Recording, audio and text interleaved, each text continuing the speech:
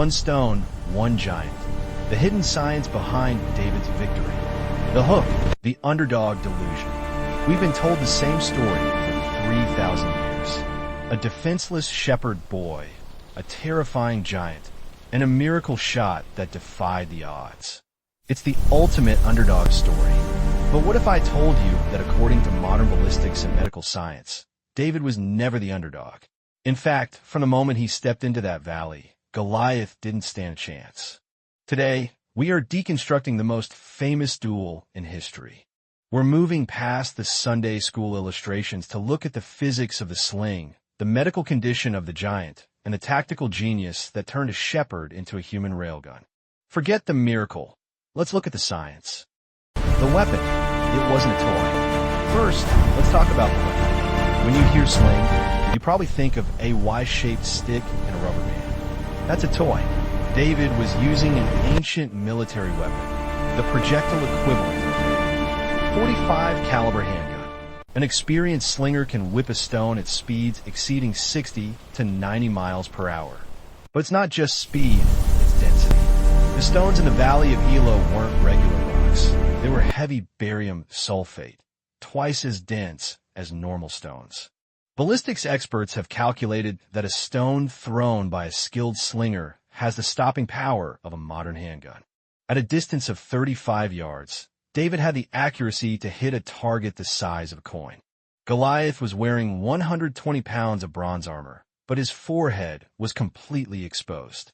David wasn't hoping to hit him. He was aiming at a stationary target with a long-range ballistic pistol. 3. The giant, Goliath's hidden weakness. Now, let's look at the monster. Goliath was over 9 feet tall. In medical terms, this points to a very specific condition, acromegaly, caused by a tumor of the pituitary gland. While it makes you huge, it comes with a devastating side effect, restricted peripheral vision. Look at the text. Goliath has a shield bearer walking in front of him. Why does a 9-foot warrior need someone to lead him? Because he likely couldn't see clearly. When David approaches, Goliath shouts, "Am I a dog that you come at me with sticks?" David was only holding one staff. Goliath saw too. He was suffering from double vision and extreme nearsightedness. He was a heavy, slow, semi-blind tank, waiting for a close-quarter sword fight that David had no intention of giving him. The tactics, artillery versus infantry.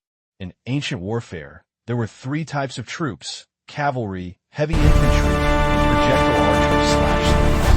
Goliath was heavy infantry. He was designed for clash and fine combat. He expected David to put on King Saul's armor and fight him with a sword. That's why he was so insulted. David's genius wasn't his faith alone, it was his asymmetric strategy. He realized that if he put on armor, he became a mini Goliath and would lose. By staying light, he stayed low. David was artillery. In the logic of warfare, artillery beats infantry every single time. David didn't bring a knife to a gunfight. He brought a gun to a knife fight. The impact, the 1-0 kill. When David ran toward Goliath, he wasn't being reckless. He was increasing the velocity of the stone. The moment the stone left the sling, the fight was over. It took roughly 1 second to reach Goliath. Because of this limited vision, Goliath wouldn't have even seen the stone leave David's hand. The stone hit the thinnest part of the skull, temple/forehead area, and it didn't just hurt. It likely fractured the skull and caused an immediate coup contre coup brain injury, knocking him unconscious instantly. The giant was defeated before he even drew the sword. The conclusion, the power of the. So why does the science matter? Because it changes the moral of the story. When we call David the underdog, we suggest he won by luck or magic. But when we look at the history and the physics, we see a much more powerful truth. Goliath was the one who was vulnerable.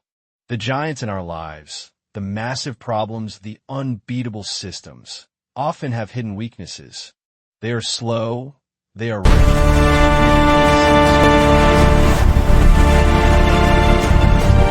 Faster, smarter, and willing to change things. Now, knowing David has a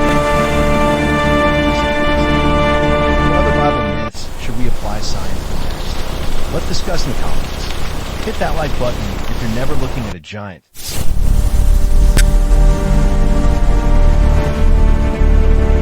We're investigating the real reason the walls of Jericho fell, and it might involve an earthquake.